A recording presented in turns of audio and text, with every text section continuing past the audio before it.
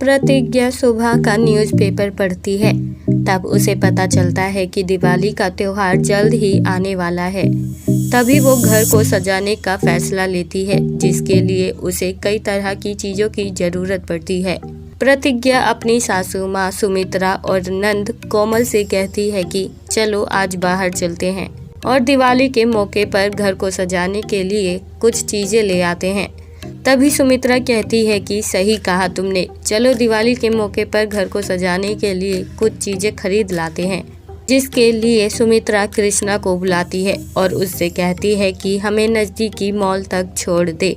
कृष्णा उन तीनों को लेकर मॉल पहुंचता है। मॉल पहुंचने के बाद सभी घर को सजाने के लिए तरह तरह की चीज़ें खरीदते हैं और इसी तरह करीब 1.5 घंटे तक प्रतिज्ञा, सुमित्रा और कोमल मॉल में शॉपिंग करती हैं और कृष्णा मॉल के बाहर खड़ा रहता है। तभी अचानक सिक्योरिटी गार्ड वहां पहुंचता है और देखता है कि वहां एक पेंटिंग जमीन पर गिरी पड़ी है, जो कि काफ़ी बुरी तरह से टूट चुकी थी। वो पूछता है कि ये पेंटिंग किसने तोड़ी। तब प्रतिज्ञा कहती है कि मैंने तो पेंटिंग वाला वो काउंटर देखा ही नहीं था, तो पेंटिंग को टच करने का तो कोई सवाल ही नहीं उठता। सुमित्रा कहती है कि मैं तो दूसरे काउंटर से फूलों की माला खरीद रही थी।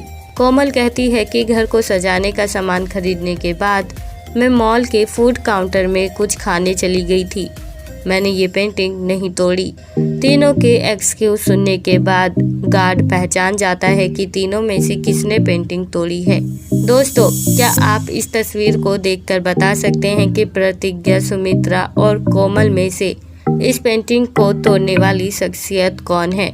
अगर हाँ, तो आपके पास इस मज़ेदार सवाल का जवाब देने के लिए 10 सेकंड का वक्त है और आपका समय शुरू होता है अब।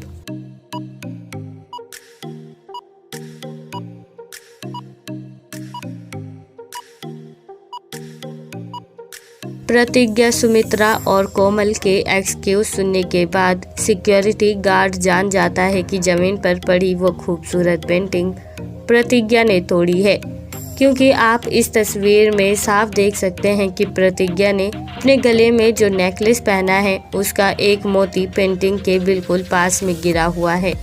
लेकिन प्रतिज्ञा ने अपना एक्सक्यूज देते वक्त कहा था कि उसने तो पेंटिंग वाला काउंटर देखा ही नहीं था, तो भला ऐसे में प्रतिज्ञा के नेकलेस का वो मोती वहां कैसे पहुंचा?